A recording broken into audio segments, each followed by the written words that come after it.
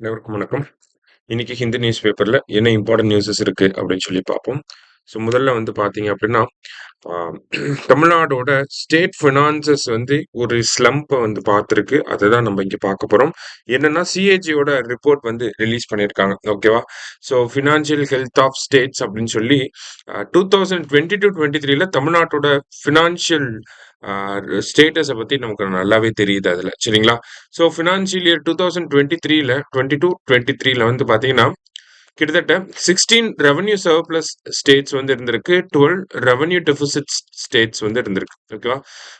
வருவாய் உபரி அதிகமா இருக்கக்கூடிய மாநிலங்கள் 16 மாநிலங்கள், வருவாய் பற்றாக்குறை இருக்கக்கூடிய மாநிலங்கள் 12 மாநிலங்களாக இருக்கு. ஓகேவா? Revenue deficit, revenue surplus, revenue deficit. சரியா? இதுல இந்தியாவிலேயே ரெவன்யூ சர்ப்ளஸ் அதிகமா இருக்கக்கூடிய மாநிலம் யாருன்னா அது உத்தரப்பிரதேஷ். ஓகேவா? கிட்டத்தட்ட 37,000 கோடி அவங்களுடைய ரெவன்யூ சர்ப்ளஸ் வந்து இருக்கு.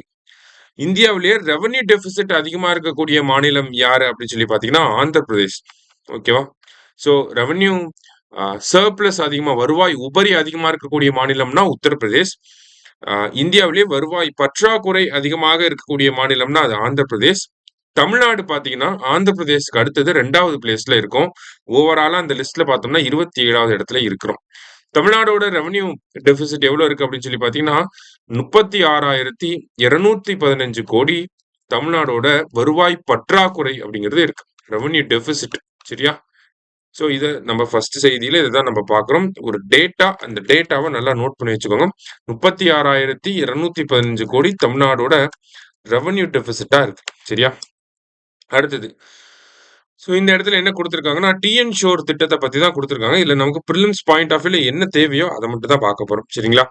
So TN sure is a 1,675 crore world bank funded project to strengthen Tamil Nadu coastal resilience and economy அப்படின்னு சொல்லி கொடுத்துருக்காங்க. ஓகேவா?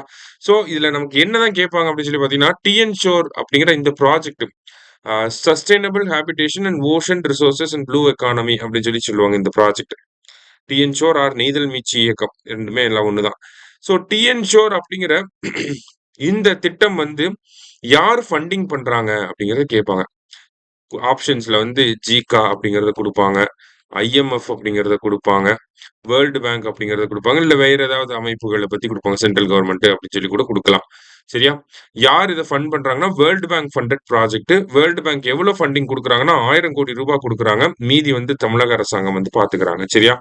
சோ இந்த ப்ராஜெக்ட் கீழே என்ன பண்ண போறாங்கன்னா நமக்கு கடல் புறங்கள்ல கிட்டத்தட்ட ஒரு 30,000 ஹெக்டேர்ஸ் ஆஃப் சீஸ்கேப்ஸ வந்து என்ன பண்ண போறாங்க, ரீஸ்டோர் பண்ண போறாங்க. அதே மாதிரி மேங்க்ரோவ் ரீஸ்டோரேஷன் அப்படிங்கிறதும் இந்த டிஎன் ஷோர் திட்டத்துக்கு கீழே ஒரு முக்கியமான அம்சமா இருக்கு. அதே மாதிரி டிஎன் ஷோர் திட்டத்துக்கு கீழே ஆர்டிபிஷியல் கோரல் ரீஃப் அப்படிங்கிறதும் செட்டப் பண்றாங்க இந்த கரியாச்செல்லி தீவுகள்ல எல்லாம்.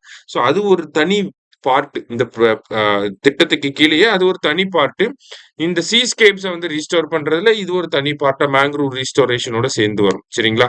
சோ டிஎன் ஷோர் அப்படிங்கிற ப்ராஜெக்ட் யார் ஃபண்டிங் பண்றாங்க அப்படிங்கறத இந்த இடத்துல நல்லா தெரிஞ்சுக்கிறோம். யார் பண்றாங்க அப்படின்னா வேர்ல்டு பேங்க் வந்து பண்றாங்க. சரியா? ஸோ அதான் இந்த இடத்துல முக்கியமான ஒரு விஷயம். அடுத்ததா பாத்தீங்க அப்படின்னா நமக்கு இந்த இடத்துல lessons from India's vaccination drive அப்படின்னு சொல்லி கொடுத்துருக்காங்க. இதுல இருந்து நமக்கு prelims and mains point of வியூல அப்ஜெக்டிவ் டைப்ல என்னெல்லாம் நம்மளால எடுத்துக்க முடியுமோ அதெல்லாம் எடுத்துக்க போறோம். சரிங்களா? ஃபர்ஸ்ட் யுனிவர்சல் இம்யூனைசேஷன் ப்ரோக்ராம் அப்படிங்கிறது எப்போ கொண்டு வந்திருப்பாங்கன்னா 1985 கொண்டு வந்திருப்பாங்க. சரியா? இந்த யுனிவர்சல் இம்யூனைசேஷன் ப்ரோக்ராம்க்கு கீழே நமக்கு 11 வேக்சின்ஸ் வந்து போடுறாங்க. எவ்வளவு டிசீசஸ்க்கு அகைன்ஸ்டா அப்படின்னா 12 டிசீசஸ்க்கு அகைன்ஸ்டா. 11 வேக்சின் தான் போடுறாங்க. ஆனா எத்தனை டிசீசஸ்க்கு அகைன்ஸ்டா? 12 டிசீசஸ்க்கு அகைன்ஸ்டா. எப்போ இந்த யுனிவர்சல் இம்யூனைசேஷன் ப்ரோக்ராம் வந்திருக்கும்? 1985 வந்திருக்கும். சரியா? சோ அடுத்ததா பாத்தீங்க அப்படின்னா இந்தியாவோட 2014 இந்தியாவோட வேக்சினேஷன் கவரேஜ் அப்படிங்கிறது 62%. இதை 90% அச்சீவ் பண்ணணும் அப்படிங்கிறதுக்காக தான் நம்ம என்ன பண்ணிருப்போம், மிஷன் இந்திரதனுஷ் அப்படிங்கிற ஒரு திட்டத்தை கொண்டு வந்திருப்போம். எப்போனா 2014 மிஷன் இந்திரதனுஷ் 2014. சரியா? அதுக்கப்புறமா 2017 என்ன பண்றாங்கன்னா இன்டென்சிஃபைடு எம்ஐ அப்படின்னு சொல்லி கொண்டு வந்திருக்காங்க. 2017 இன்டென்சிஃபைடு எம்ஐ அப்படின்னு சொல்லி பாத்தீங்கன்னா இன்டென்சிஃபைடு மிஷன் இந்திரதனுஷ் அப்படிங்கறத கொண்டு வந்திருக்காங்க. சரியா? சோ இந்த இந்திரதனுஷ் மிஷன் இந்திரதனுஷ்க்கு கீழே எத்தனை கட்டங்கள் நடந்து முடிஞ்சிருக்குன்னா 12 கட்டங்கள், 12 phases of mission Indradhanush and intensified mission Indradhanush அப்படிங்கிறது நடந்து முடிஞ்சிருக்கு அப்படிங்கறத சொல்லியிருக்காங்க. அதை தாண்டி இந்த மிஷன் இந்திரதனுஷ் இது எல்லாத்தையுமே கிராம் ஸ்வராஜ் அபியானோட இன்டெகிரேட் பண்ணியிருப்பாங்க. இந்த கிராம் ஸ்வராஜ் அபியான் அப்படிங்கிற திட்டம் ராஷ்டிரிய கிராம் ஸ்வராஜ் அபியான் அப்படின்னு சொல்லி ஏப்ரல் 24, 2018 நம்ம அரசாங்கம் கொண்டு வந்திருப்பாங்க. சரியா? லாஸ்டா பாத்தீங்க அப்படின்னா இந்த இடத்துல போலியோ ரிலேட்டடா நேஷனல் போலியோ ப்ரோக்ராம், அதாவது பல்ஸ் போலியோ ப்ரோக்ராம் அப்படின்னு சொல்லுவாங்க. ஓகேவா? இந்த பல்ஸ் போலியோ ப்ரோக்ராம் எப்போ வந்திருக்கும் அப்படின்னு சொல்லி பாத்தீங்கன்னா நமக்கு 1995ல வந்திருக்கும். ஓகேவா? So pulse polio programme 1995. அடுத்தது Gram Swaraj Abhiyan April 24, 2018. Mission Indradhanush 2014. Intensified mission Indradhanush 2017. அப்புறமா இந்த யூனிவர்சல் இம்யூனைசேஷன் ப்ரோக்ராம் 1985. இது எல்லாமே வந்து நம்மளோட கொஸ்டின் ஏரியாஸ். சரிங்களா?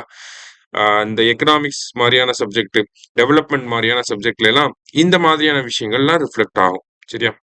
அதனால பார்த்து வச்சுக்கோங்க. அடுத்ததா பாத்தீங்க அப்படின்னா நமக்கு Dembele and Bonmati crowned the best in the world அப்படின்னு சொல்லி கொடுத்துருக்காங்க. யார் இவங்கலாம் அப்படின்னு சொல்லி பாத்தீங்கன்னா ஃபுட்பால் பிளேயர்ஸ். ஓகேவா? பேலன் டிஆர் அப்படின்னு சொல்லி ஒரு விருது வழங்குவாங்க. ஓகே, இது வந்து ஃபுட்பாலோட one of the prestigious prizes. முன்னாடி மெஸ்ஸி வாங்குவார், இல்ல ரொனால்டோ வாங்குவாங்க. 2 பேரும் மாத்தி மாத்தி வாங்கிட்டு இருந்தாங்க. இப்போ அவங்கலாம் வந்து வேற வேற ஊர்களுக்கு போயிட்டனால இப்போ இந்த வருஷம் யார் வாங்கியிருக்காங்க அப்படின்னா ஆண்கள் பிரிவுல பிஎஸ்ஜி டீமை சேர்ந்த ஒஸ்மானே டெம்பலே அப்படிங்கிறவங்க வாங்கியிருக்காங்க. சரியா? டெம்பல்லே அப்படின்னு சொல்லி சொல்லுவாங்க. ஸோ பாரிஸ் செயின்ட் ஜெர்மானோட ஒஸ்மானே டெம்பலே வாங்கியிருக்காங்க.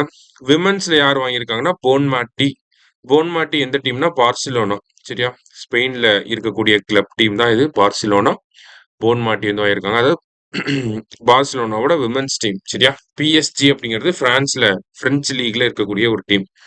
சரியா? ஸோ டெம்பலே அண்ட் போன்மாட்டிக்கு அந்த பிரைஸை வந்து கொடுத்துருக்காங்க. ஓகேவா?